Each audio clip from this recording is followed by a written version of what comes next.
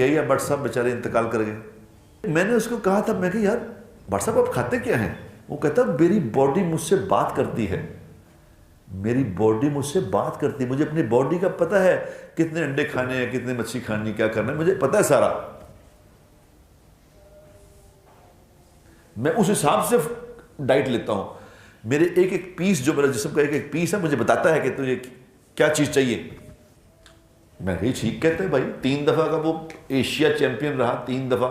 اور اس کی فوٹو جب دیکھتے تھے تو لفاقے رہتے کہ ہر باڈی کا ہر پورشن بنا ہوا ہے.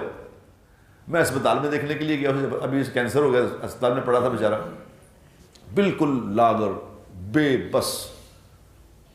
1 سال میں ہی وہ باڈی ساری بالکل ایسے ہڈیوں کی مٹھ رہ گیا تھا، وہ ہڈیاں لیٹی، نہ بول سکتا تھا. میں نے پوچھا، میں کہا کب سے اب بٹ صاحب اسپتال میں؟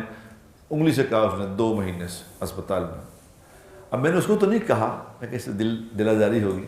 میں نے کہا یہ آپ کی باڈی نے آپ سے بات نہیں کی بٹ صاحب، باڈی نے بتایا نہیں کہ آپ کو کینسر ہے اندر، یہ تو نہیں بتایا باڈی نے. وہ تو بتاتی تھی انڈے کتنے کھاؤ، یہ نہیں بتایا. اللہ چاہے گا تو باڈی بتائے گی، اللہ نہیں چاہے گا تو کہاں بتائے گی میرے بھائیوں. کچھ بھی کسی کے ہاتھ میں